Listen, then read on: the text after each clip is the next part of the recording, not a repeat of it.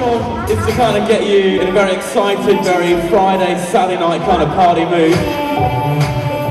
So feel free to stick your hands in the air and get up and have a dance. Few of you are welcome down the front if you want to come have a wiggle down here. The Safe Drive Stay Alive initiative was piloted in February 2006 and to date has reached some 10,000 young people, 16 to 18-year-olds across the county of West Sussex, giving out hard-hitting messages on road safety.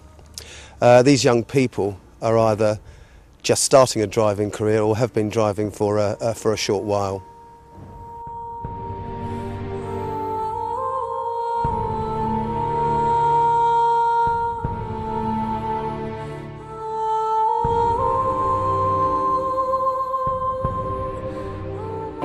The show is hard-hitting and at times very upsetting, but it should be essential viewing for all young people, because 1 in 5 newly qualified drivers will have a crash within 12 months of passing their test.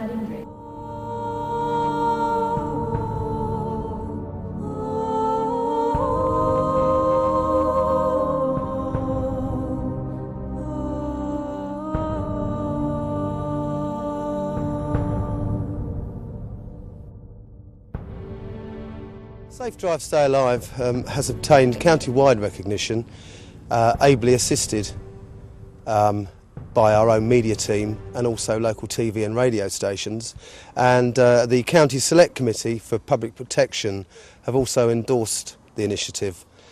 It has now become core business for West Sussex Fire and Rescue Service,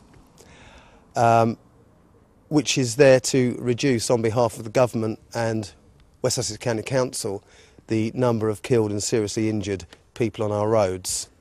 I went to one patient and my crewmate went to the other.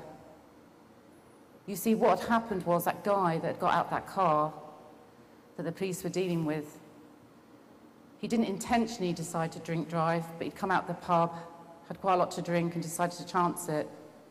And on his way home, he clipped a curb, mounted the pavement and catapulted 2 patients 8 feet in the air, where at 8 feet they smashed their skulls together and landed where we found them. I approached my patient, and to my horror, she was about 16 years old. She had long, dark, curly hair, which was now matted with blood, and she was lying in a pool of blood, her body in a really funny shape. Her eyes were fixed and staring, and I doubted she heard me or saw me. There was a knock on the door at 5:15 in the afternoon. It was 2 policemen, and they stood there and they said, "Can we come in, please?" I said, "What's going on? What do you want me for?" They said, "It's Barry." And Barry was my youngest son. He was just 29.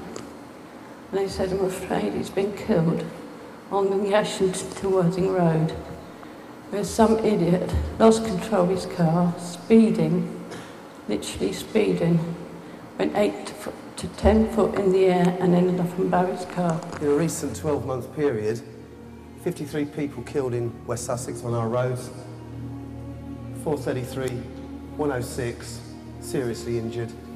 And this is the statistic. 19 of those killed from the 53 were aged between 17 and 25, which is exactly what you represent. Thank you very much. You may sit down. Yeah, please do. That's why we're here, trying to stop it happening.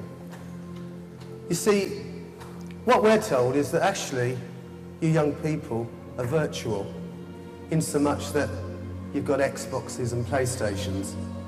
And that's okay, because you can start at the beginning and you're alive. You can be killed on a number of occasions through that game, whatever it is. And at the end, you're alive. It ain't like that on the roads. When it goes wrong, it's only got to go wrong once, and you're dead. Unfortunately, you stay dead. What you've witnessed this afternoon is something that you'd normally only read in the newspaper or you see on the news. This is real life. These are real accounts. I just want to leave you today with one thought, and that is, take heed. Don't let the precious gift of life that you've got now end as just a bunch of flowers on the side of the road. Can I just introduce our team?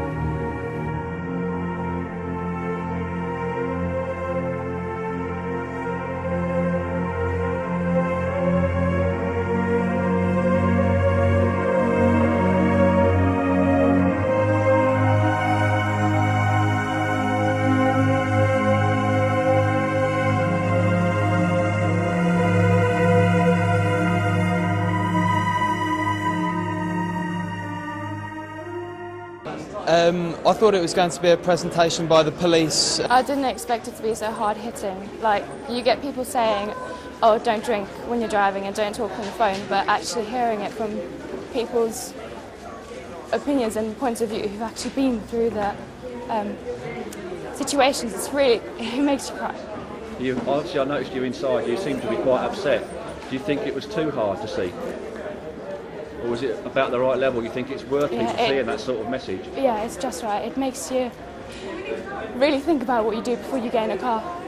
And what would you say to your friends that haven't seen this show? Come and see it and be safe while you drive. I was saying to the lady doing the radio earlier that it's made me think about my family a lot more. Seeing the lady who lost her 2 sons in the that made me think, you know, that could be my mum. I suppose I was expecting to hear similar things that we'd heard before, similar messages, but in a fairly dry, unoriginal format.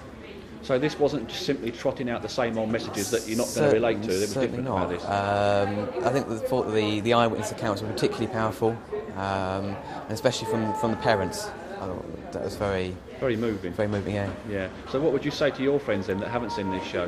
It's definitely worth doing.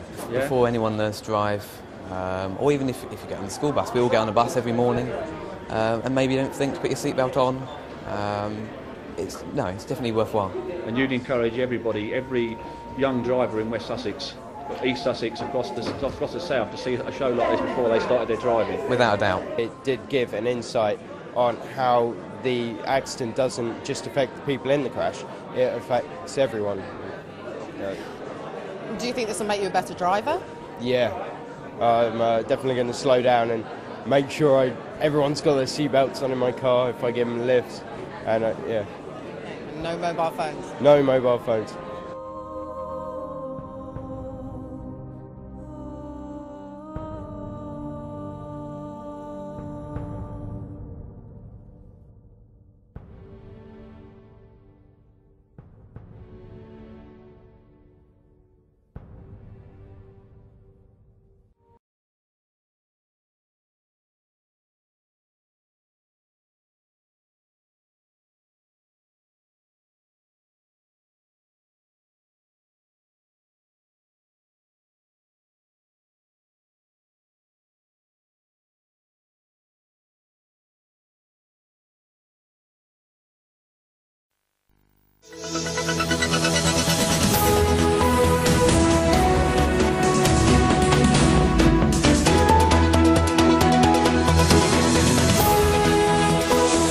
Two sons were both killed in separate road accidents. Today she told her tragic story to hundreds of teenagers in a bid to save their lives. Georgina Day from Selsey near Chichester was taking part in a hard-hitting show launched by West Sussex Fire and Rescue Service to try and cut the number of serious road crashes in the county.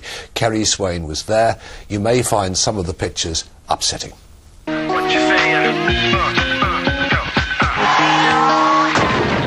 The pictures were shocking, the real-life stories worse.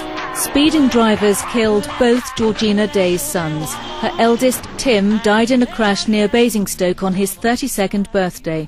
Just a year later, 29-year-old Barry was killed on his way to work on the A24 between Worthing and Horsham. Today, on stage at Chichester Festival Theatre, Georgina from Selsey begged her audience of teenage school children to take care and live. A couple of them had come up to me and they'd put their arms on me and they said to me, "How did you do it? It's so fantastic." And one young lad said to me, "I'm about to take my driving test." So I said, "Please think when you drive, that speed will kill. And be careful of that car, that is a lethal weapon."